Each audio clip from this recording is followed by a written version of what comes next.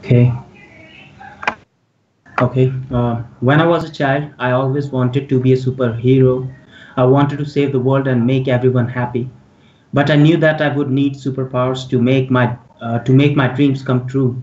So I used to embark on these imaginary journeys to find intergalactic objects from planet Krypton, which was a lot of fun, but didn't yield much result. When I grew up and realized that science fiction was not a good source for superpowers, I decided instead to embark on a journey of real science to find a more useful truth. I started my journey in California with a UC Berkeley 30-year uh, longitudinal study that examined the photos of students in an old yearbook and compared them throughout their life. By measuring these students' smiles, researchers were able to predict how fulfilling and long lasting a subject's marriage would be, how well she would score on standardized tests of well being, and how inspiring she would be to others. In another yearbook, I stumbled upon Barry Obama's picture. When I first saw his picture, I thought that his superpowers came from his super collar. Very good. Okay. Any vocabulary there that were you weren't sure about? Manju, Mm, could you turn your mic off because I can hear background noise. Thank you. okay, it's longitudinal. Okay. Do you have any understanding of what longitude is? Yeah, I mean, I've read about this, but again, I have forgotten. Okay, so you got longitude, which you're talking about in a geographical sense, yes, latitude and Yeah. longitude. Longitudinal is when it's looking lengthways rather than across. So I'm not quite sure what that means because I suppose it means looking over the period of time. Yeah. Okay. So it's looking at the students from 30 years back. Okay. Manju, would you like to read the next section, please?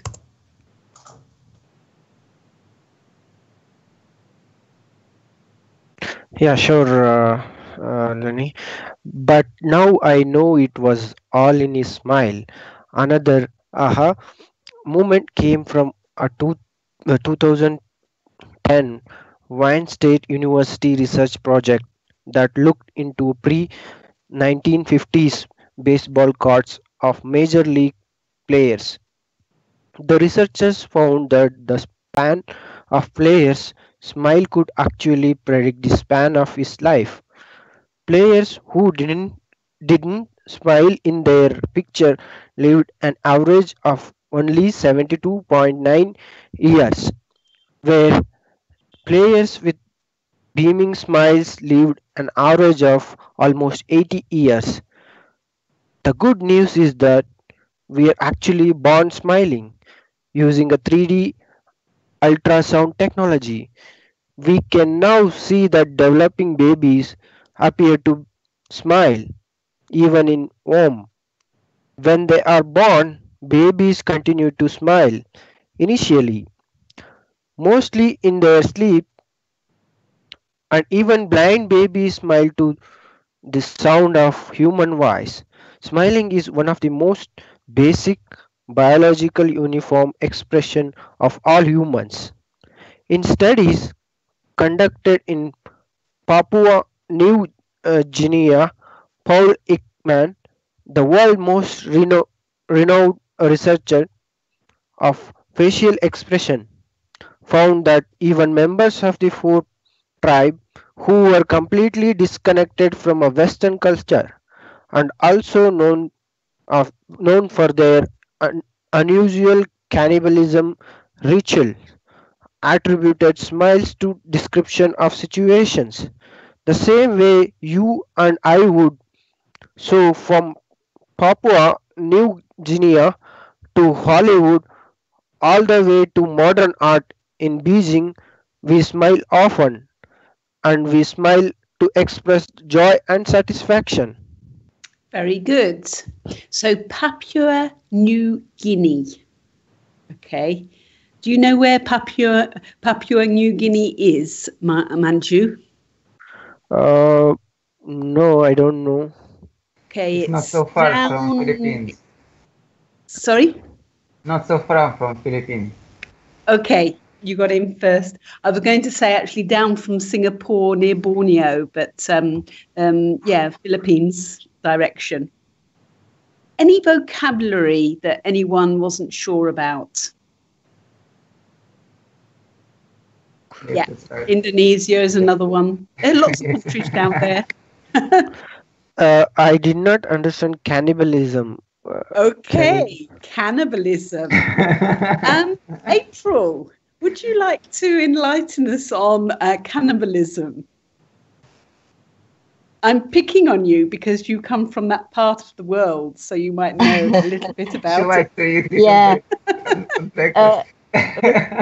If you are a cannibal, you eat um, human meat, human body, human meat. That is cannibalism. So you kill somebody and you eat them. Yeah. Yes, and Delicious. very interesting because they're smiling about it as well.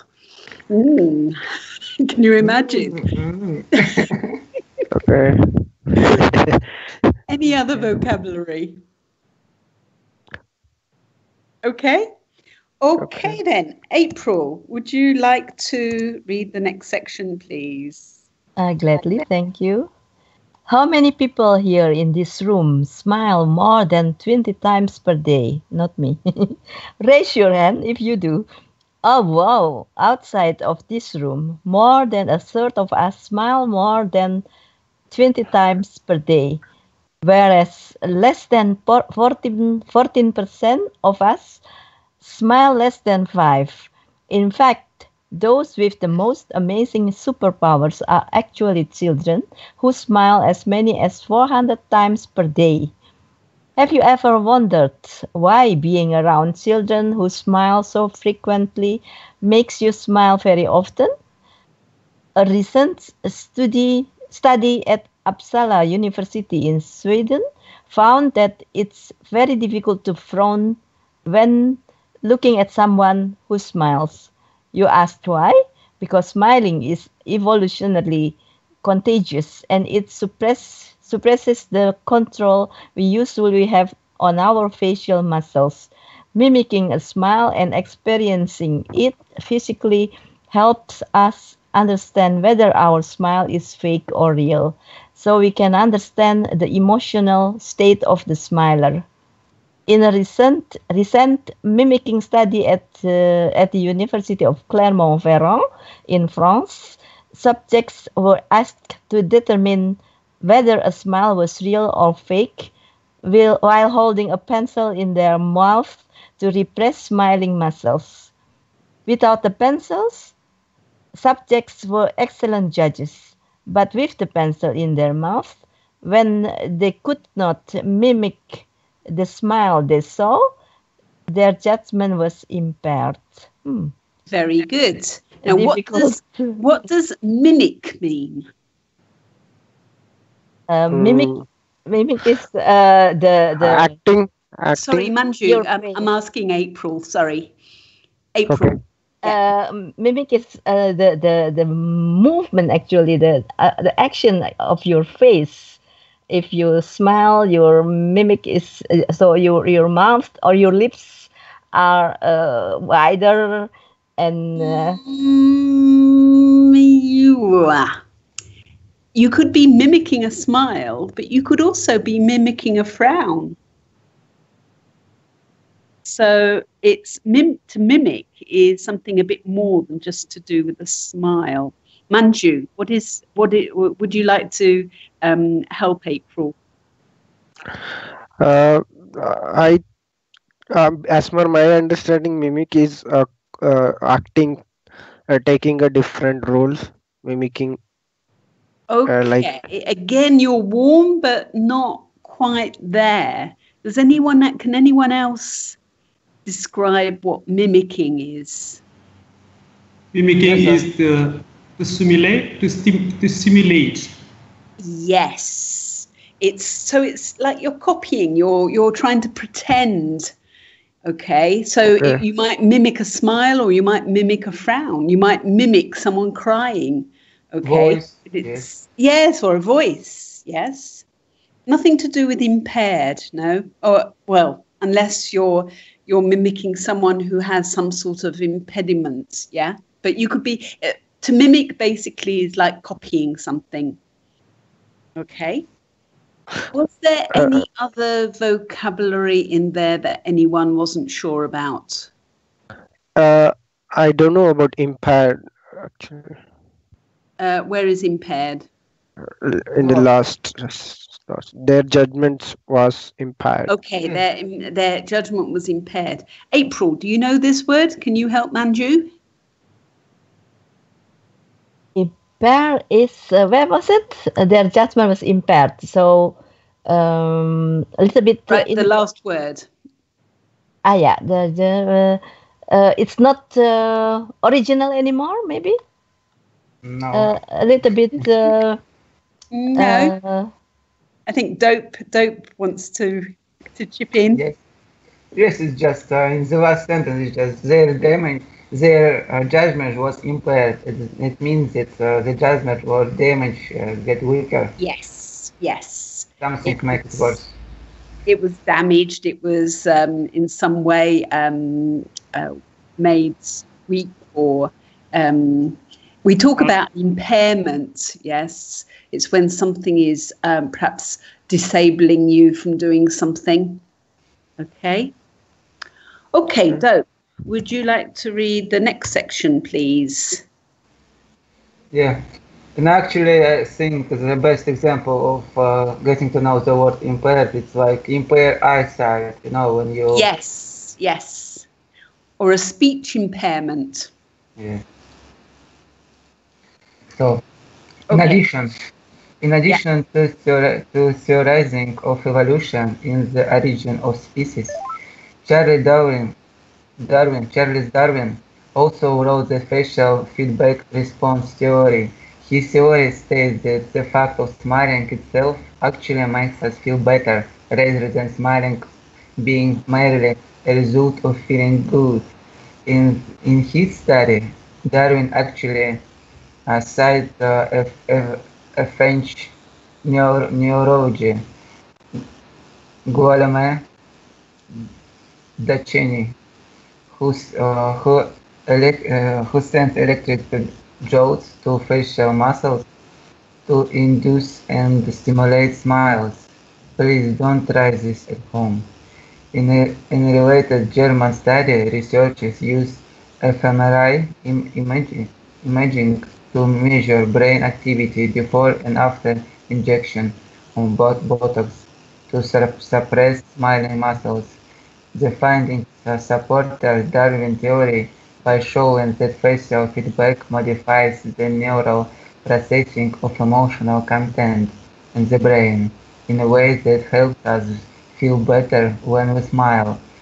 Smiling stimulates our brain rewards mechanism in a way that even chocolate, a well-regarded pleasure inducer, cannot match.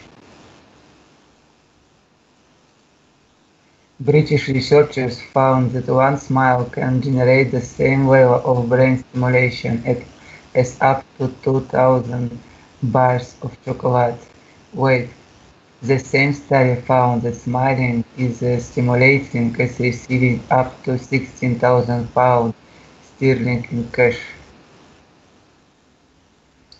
That's it. Mm, Okay. uh, Cited, Dope. What does that mean at the beginning? I think it was cited. Darwin actually cited a French neurologist, Yes, Guillaume he Duchenne. just retells the same words which said French neurologist. Yes, he sort of like quoted, yeah, or he referred to him particularly. And do you know what Botox is? Yes, nowadays it's mainstream. Girls use a lot. Okay. What do they use it for? to make a little bit bigger some parts of their body. Okay. Is there any other vocabulary? Yes, I just lost it. Right? Mm, Jolts. Jolts. Where is that? Oh, electric The first one. jolts. Yes, that's right. Yes. Yes. So, do you know that word? No. I actually was also concerned about this word. Oh, you didn't know. Okay. Does that mean shocks? Electric shocks? Yes. It's like electric shocks. A jolt is like a sudden movement. So if you have a shock, you're probably going to move quite suddenly. Yeah. A train might. It's like Yeah, it's like if you were in a car and you suddenly you hit some stones or something, the car will jolt. Yeah, it's like a shock.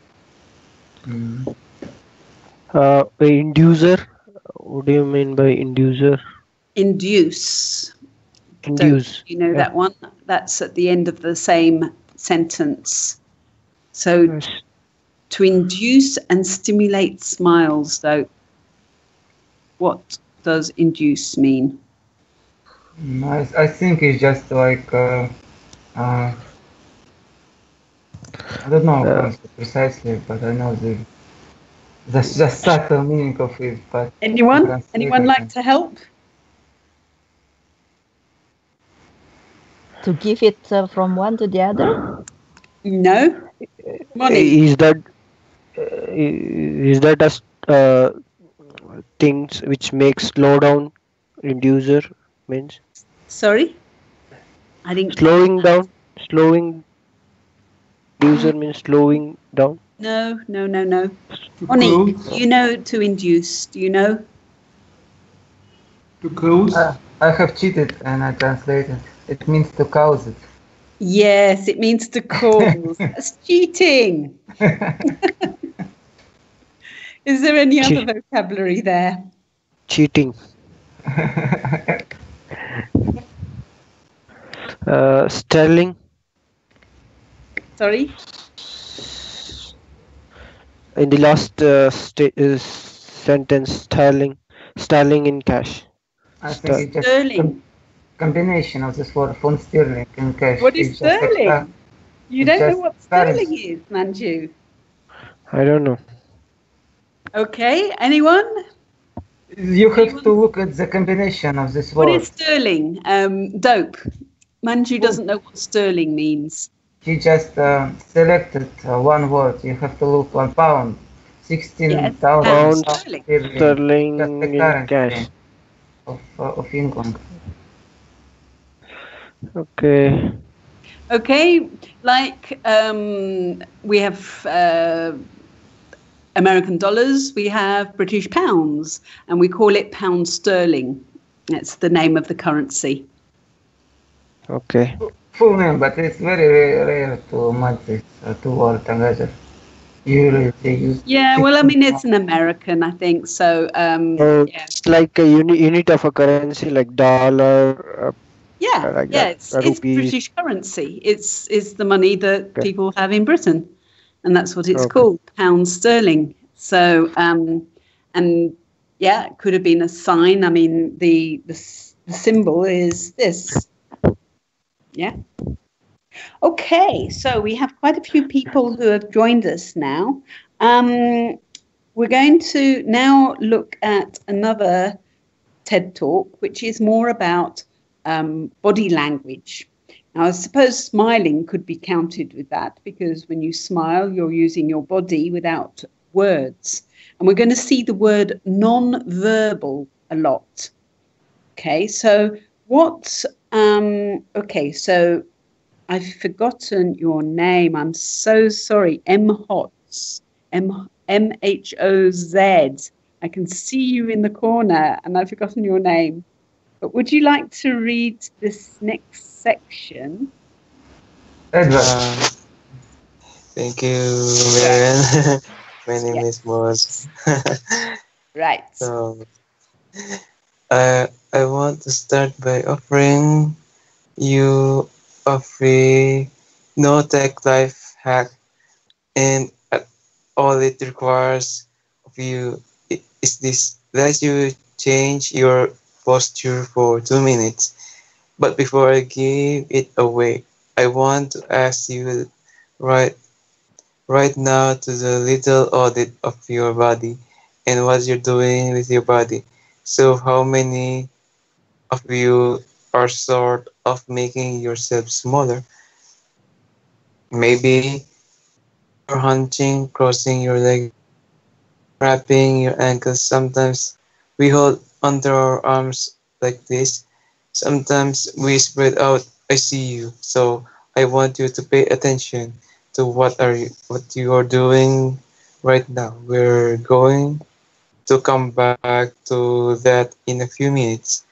And I'm hoping that if you learn to tweak this a little bit, it could significantly change the way your life unfolds. So we're really fascinated with body language, and we're, we we're particularly interested in other people's body. An awkward body language, we're interested in, like an awkward interaction or smile or contemptuous glance or maybe a very awkward wink or maybe something like a handshake. Very good. Okay. Now, I have to confess, I had to look this up because I had never come across the phrase before. Right at the very beginning, this life hack.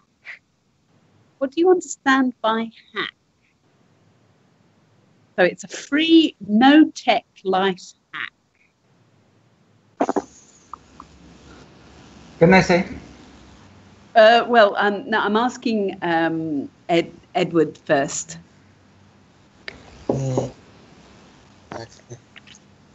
I will tip something that will give you an idea on something. Yeah, there is actually a phrase that calls life hack, where it's programmers tricks to solve everyday problems. Yeah. Oh, But hack is a very interesting word because when I looked it up, it had, I don't know how many different meanings, because you've got hacking computers. You've also, it can refer to a horse.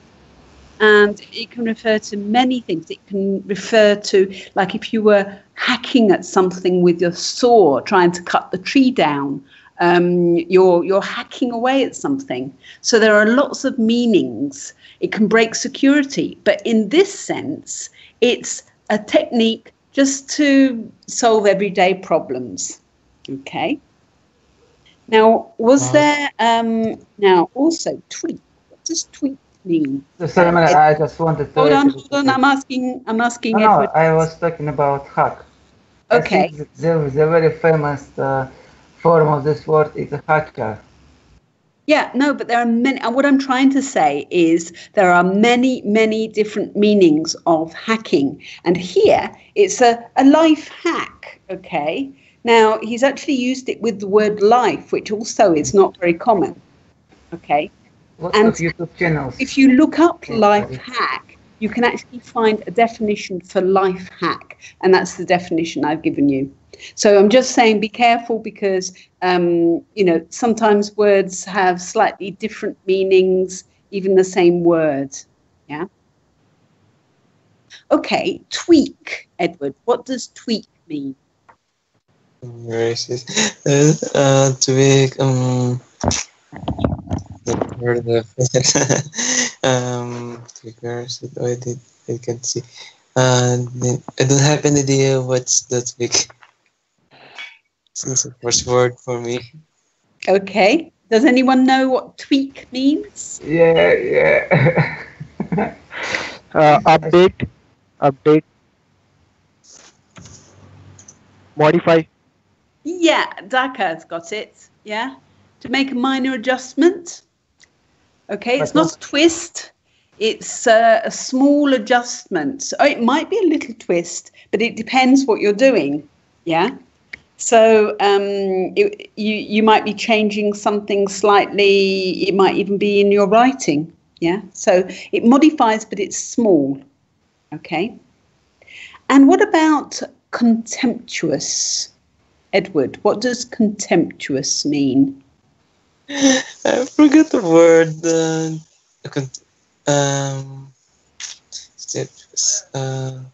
Forgot. Forgot it. I've got two flashing mics here. Manju and Dope, your mics keep flashing at me. Okay, Daka's got it again. Okay, disrespectful, insulting, scornful. Okay. Now, Manju has asked about hunching.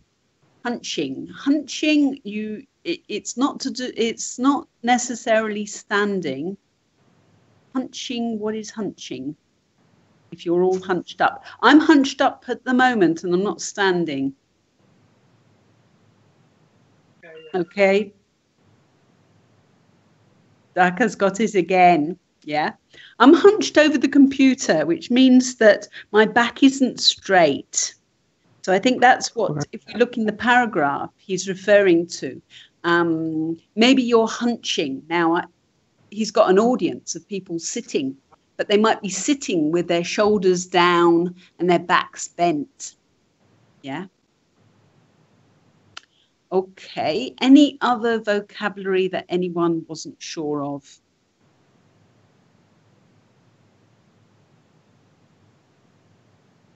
Okay. Let's have a look. Okay. Maybe Monique, would you like to read? Can you read? Okay, yes, I can. Okay, narrator. Here they are arriving at number 10. This lucky policeman gets to shake hands with the President of the United States. Here comes the Prime Minister. No. Amy Cuddy. So a handshake, or the lack of a handshake, can have us talking for weeks and weeks and weeks. Even the BBC and the New York Times. So obviously, when we think about nonverbal behavior or body language, but we call it nonverbals as social scientists. It's language. So we think about communication. When we think about communication, we think about interactions. So what is your body language communicating to me? What's mine communicating to you? And there's a lot of reason to believe that this is a valid way to look at this. So social scientists have spent a lot of time looking at the effects of our body language or other people's body language or judgments. And we make sweeping judgments and inferences from body language. And those judgments can predict really meaningful life outcomes like who we hire or promote, who we ask out on a date. For example, Nalini Ambati, a researcher at Tufts University, shows that when people watch 30-second soundless clips of real physician-patient interactions, their judgments of the physician's niceness predict whether or not that physician will be sued. So it doesn't have to do much with whether or not that physician was incompetent, but do we like that person and how they interacted? Even more dramatic, Alex Todorov, Princeton has shown us that judgments of political candidates' face is just 1 second predict 7% of U.S. Senate and gubernatorial race outcomes. And even, let's go digital, emoticons used well in online negotiation can lead you to claim more value from that negotiation. If you use them poorly, bad idea, right? Very good. Okay. What does inference mean? When it comes to inference, it's more when you, how can I say that? When you just jump to a conclusion, or it's like a sort of conclusion about something. Yeah. Yeah, it's like a deduction on the information that you've got. Yeah. Mhm. And then we've got this gubernatorial race. That was a new one on me. I had to look that one up. What's that? Do you have any idea? I don't know if it has to do with governing or about ruling. I don't know, but I didn't know this word. Yeah, I mean, we've got an American here. It's actually the state governors. Yeah, Dhaka has also got that one. Okay. You have the same word. So, is there any vocabulary in there that anyone wasn't sure about that they can ask Monique to explain, please?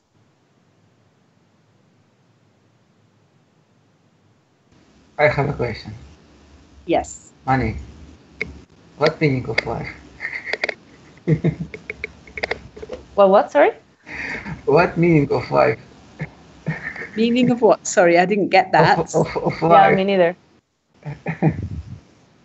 The meaning of life. The meaning of life. Yes. Life? But We can that's spend, 42. I don't know, days, hours just speaking about the meaning of life. Yes, but the meaning of life is 42 anyway. You should know that by now. We talked about it the other week. And I mean, when we have, I thought this was quite interesting. I didn't look at the date. It might be quite recent.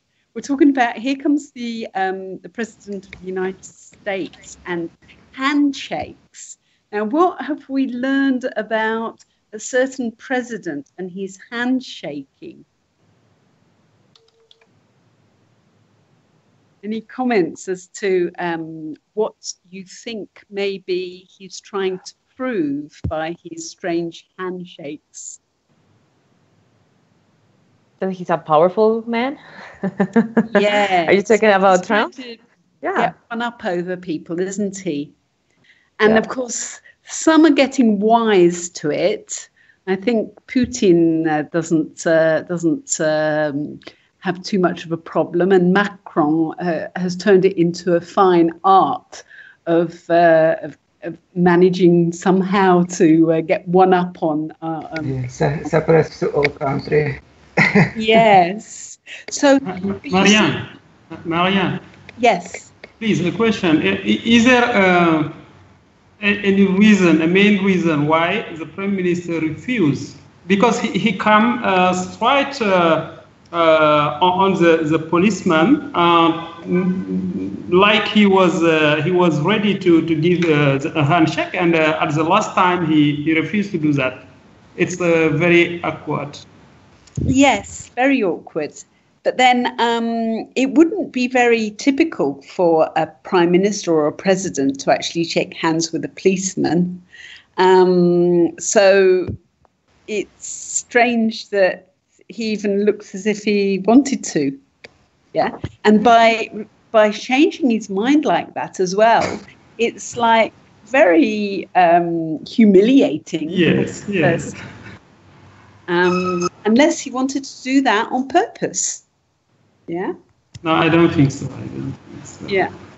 So let's see. Maybe he recalled at the last time that he shouldn't do that. Yeah. Now we have Vimay, I think hiding down below. Would you like to read the next section, please?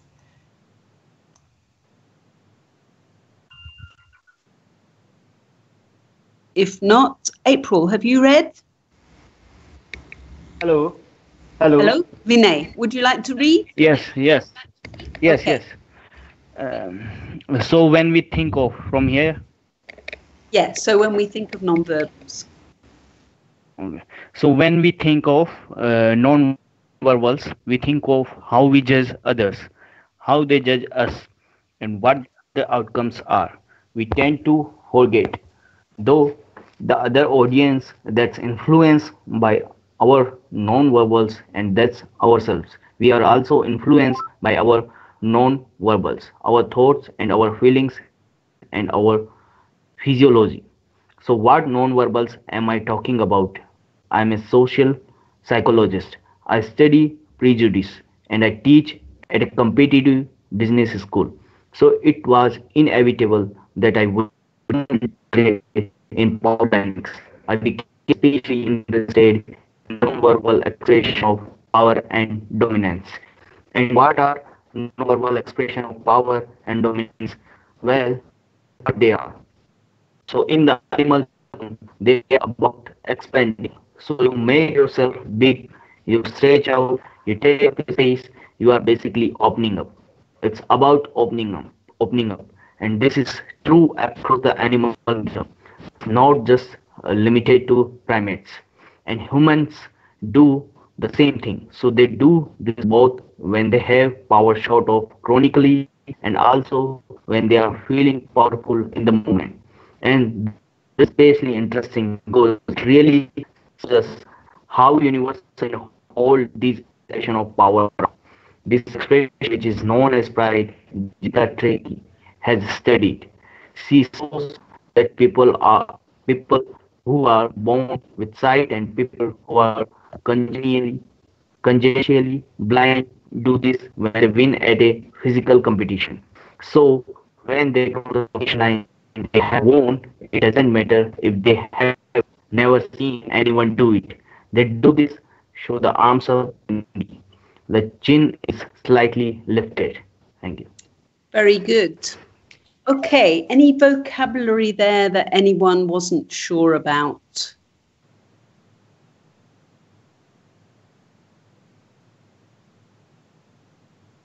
Nope, from dope. Kind of rhymes, doesn't it? Okay, April, have you read? Yes, I have. Oh, you have. Who is there? Anyone here who hasn't read, or are we back? Daka, have you read? No. No. Oh, I'm sorry. Here you are. No problem. Okay. What do we do when we feel powerless?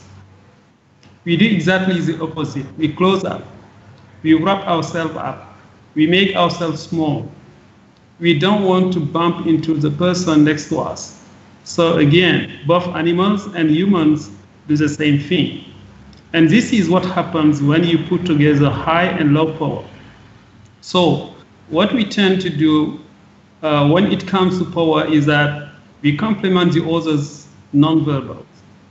So if someone is being really powerful with us, we tend to make ourselves smaller.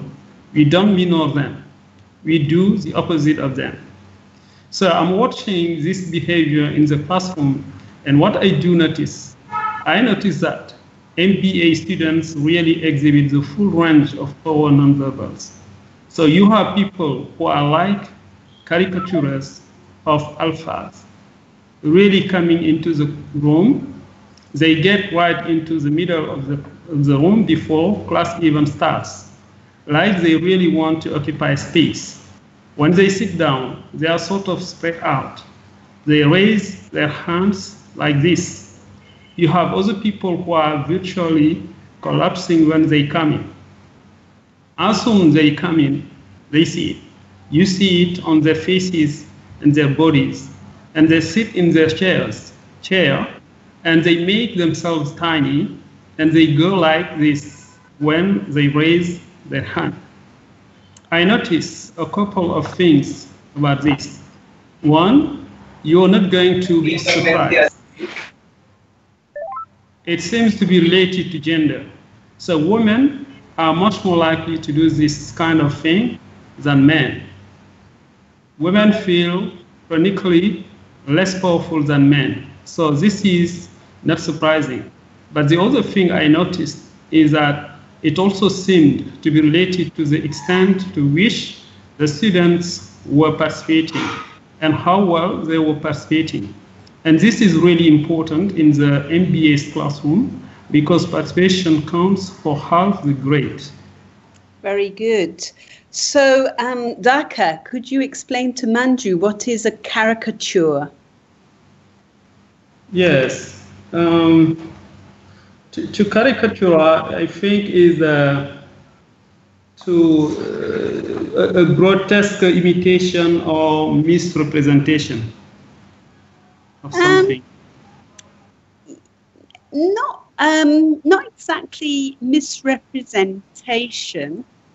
Okay, so it's a caricature of alphas. Now, I unfortunately my finger slipped on the keyboard because I was going to ask you what it meant by alpha. So alphas are like leaders, yeah? Okay. So we got, you have people who are like caricatures. They could be a caricature of anything really. So what's Grotesque imitation? It's not. Yes, like an imitation, but sort of exaggerated. So, Yes. It's sort of when you draw a caricature, it's usually, the person's got bigger nose or bigger ears than they actually have. Yeah. That is grotesque. Yeah, it can be, but Exaggerated. it's more of an exaggeration. Mm. Is there any other vocabulary that anyone else was not sure about?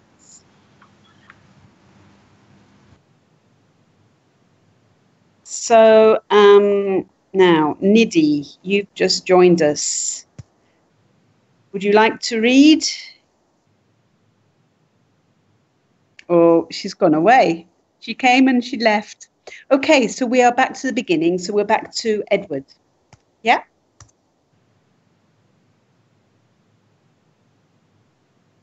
If Edward's still there. Here. Okay. So business schools have been struggling with this gender grade gap. You you get these equally qualified women and men coming in, and then you get these differences in in grades, and it seems to be partly attributable to participation. So I started to wonder, you know, okay, so you have these people coming in like this, they're participating. It is it possible that we could get people to fake it, and will it lead them to participate more? So my brain collaborated Dana Carney, who's Berkeley, and I really wanted to know, can you fake it till you make it? Like you can do this just for a little while and actually experience a behavioral outcome that makes you seem more powerful. We we know that our nonverbal govern how other people think and feel about us. There's a lot of evidence, but our question really was, do our nonverbals govern how we think and feel about ourselves? There's some evidence that they do. So, for example, we we smile when we feel happy, but also when we're forced to smile by holding a pen in our teeth like this, it makes us feel happy. So it goes both ways when it comes to power. It also goes both ways. So when you feel powerful, you're more likely to do this. But it's also possible that when you pretend to be powerful, you are more likely to actually feel powerful. Very good. Any vocabulary there that anyone didn't know? Um, what is a collaborator? Okay, collaborator. Anyone?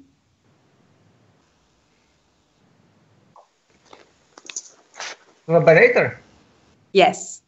It's it's a noun. It's like a person which collaborates, people around that gathering around. Yeah, but what's special about the person? I mean, why don't you just call them my main person? He or she just attract a lot of attention of society, or just a group of people like you have mentioned previously, like alpha. No, I don't think that really describes a collaborator. Can anyone? Someone or some, oh yeah, someone with whom you are working on a subject or something Yes. professional, for example. Yes, it's someone that you're speaking with. You're working together on something. Yeah. So yes, it's a person, but if the person, you don't speak to the person or work with them, then they're not a collaborator. Any other vocabulary? No?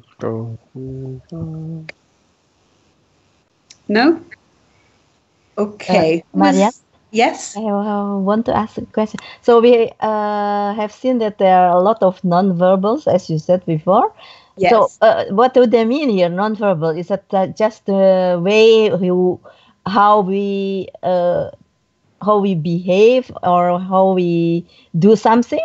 Is that yes? I mean, it's where we're communicating without using words. Okay, so like when we're smiling, or the way that we actually sit. So if we're sitting all hunched up, trying to make ourselves as small as possible, we're not wanting. We're showing. We're giving a signal that we don't want people to notice us. Yeah, that we might be a bit afraid or something. But then you have some people that are very big and they're very much there because they have no fear, and perhaps they are trying to show themselves as being very assertive. Yeah. So all of these things communicate about ourselves without using words. Yeah. Okay, but it's difficult to judge somebody and right now because we are more online. We communicate yeah, we more can't online. see each other. Yes, I mean, it would be interesting to see how everyone was actually sitting, whether they were sitting straight or hunched or whatever. Yeah, and he obviously had the advantage that he could see his audience. So he's talking to a live audience, and he can see how they're sitting. Yeah. But then we need to judge our voices because that's the only thing we have if we are online, And you can tell a lot by your tone, by intonation, and stuff like that. So I think it counts. Yeah, tone does count, I think. But I think this kind of spell doesn't work on people who are aware about this kind of trick. True. The police, for example, because they have to be professionals in terms of talking to people to get information from them, and they know tricks in the book. And similarly, psychologists, they would also know all the tricks in the book. But I'm not sure whether ordinary people necessarily know all the tricks. Yeah? Maybe you're suggesting that you're very skeptical people dope and that you know the tricks. Yeah? Yeah. Like shame. Okay, now whose turn is it now? Was it you, Dope, or was it you, Manju? I can't remember. I was the second one, so okay. So here you go.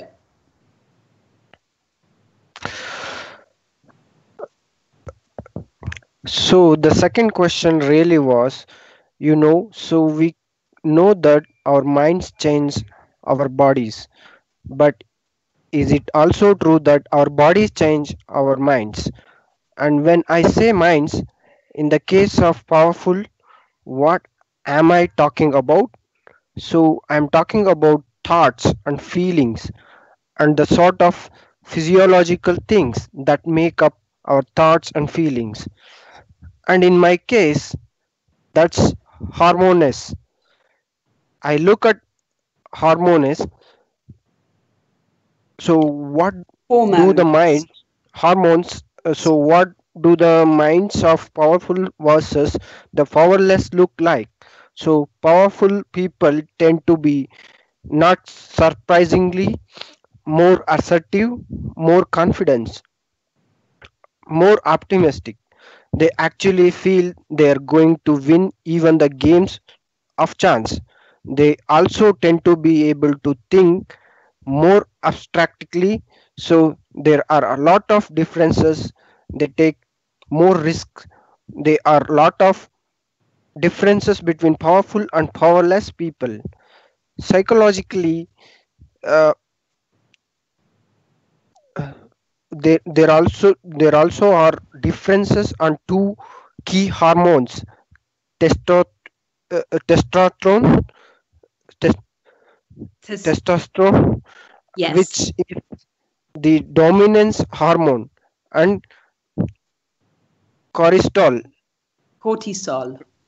cortisol. which is the stress hormone. So what we find is that high power alpha males in primate hierarchies have high testosterone and low cortisol, and powerful and effective leaders also have high testosterone and low cortisol. So, what does that mean? When you think about power, people tend to think only about testosterone because that was about dominance. But rarely, power is also about how you react to stress. So, do you want the high power leader that is dominant, high on testosterone, but really stress reactive?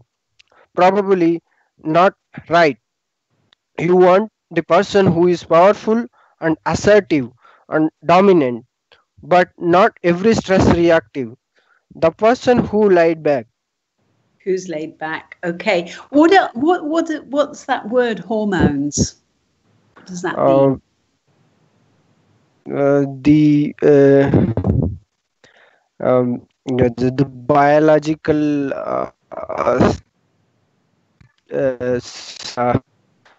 changes our confidence level, or it's a what to say, it's well, I mean, it's a biological part, I could say.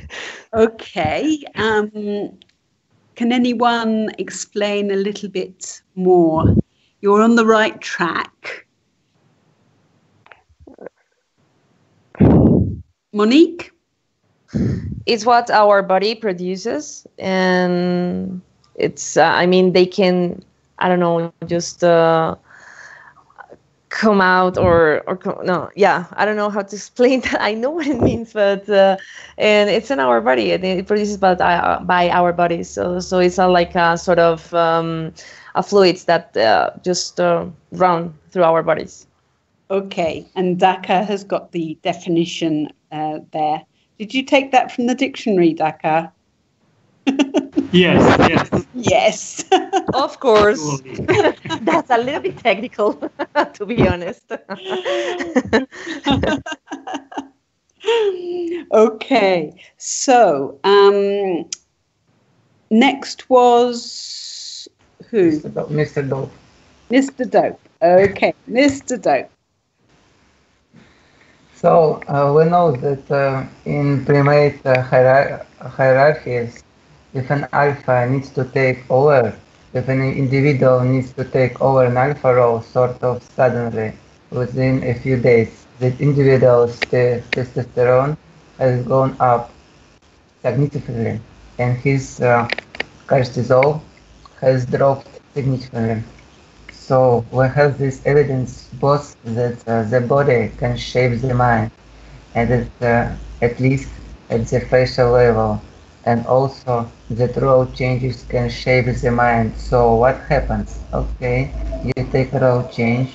What happens if you do that at a really minimal level, like this tiny manipulation, this tiny intervention for 2 minutes? You say, I want you to stand like this, and it's going to make you feel more powerful.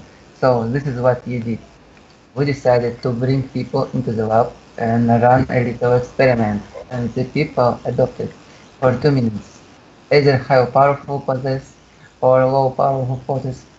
And I'm just going to show you 5 of these poses, although they took on only 2, so here's one, a couple more. This one has been adapted, and Wonder Woman by the media. Here are a couple more, so you can be standing or you can be sitting. And here are the low power poses. You are folding up, you are making yourself small. This one is very low power. When you are touching your neck, you are really protecting yourself. So this is what happens. They come in, they split into video. So for 2 minutes, we say you need to do this or this. They don't look at pictures or poses. We don't want to frame them with the contempt of power. We want them to be feeling power. So 2 minutes they do this. We then ask them how powerful do you feel on the series of items, and then we give them an opportunity to gamble, and then we take another saliva sample. That's it. That's the whole experiment.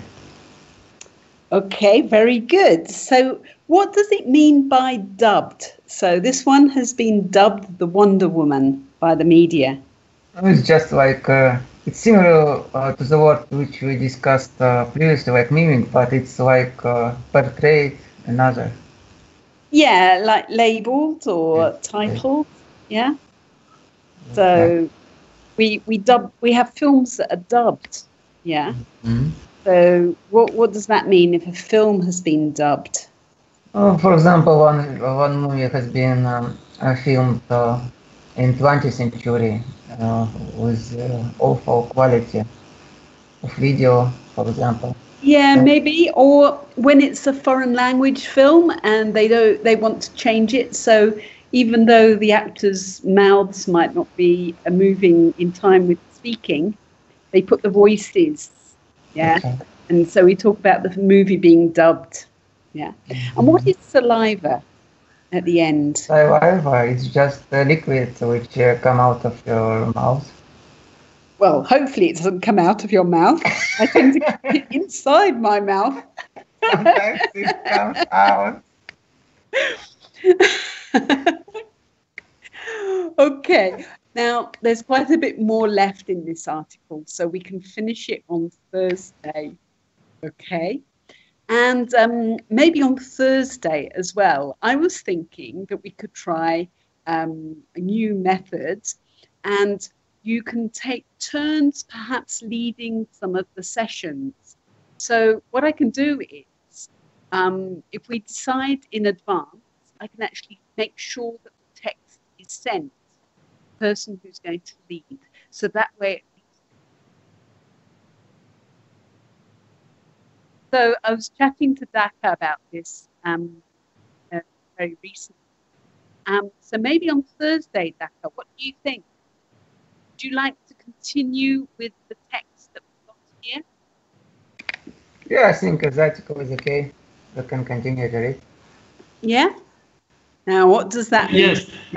Maybe, yes. Now I can hear you. Now, yeah, your voice was a little bit fighting. Okay. So did you hear what I was saying? I was volunteering. Are you asking if it's worth to continue? Well, yeah. I mean, we've still got a bit of this this particular transcript left, which I've sent. I put the whole lot on the top. So if you look at the top, you've got the 3 links, and this is one of the other TED talks. So there's the TED talk on the smiling, this TED talk, and another article. So I'm suggesting that we finish this on Thursday, but Daka, you can lead it. How does that sound? Yeah. Okay. Yes? Yes. Yes. Okay, so we'll do that. Now, tomorrow, I had a look at Revolver. We can talk a little bit about Revolver, but also, by coincidence, Lynn put a very interesting article which was about the things we laugh at. And I'd already prepared something for you to talk about. What are the different... Do different nationalities laugh at different things? Do men and women laugh at different things? Yeah, so I thought we could have a look at this as a topic. So it's sort of about films, because obviously we laugh a lot about films, but it's also more general about jokes and things like that. So I thought we could have a quick look at Revolver to see what is it about, and then we could have a look at what makes us laugh. How's that sound?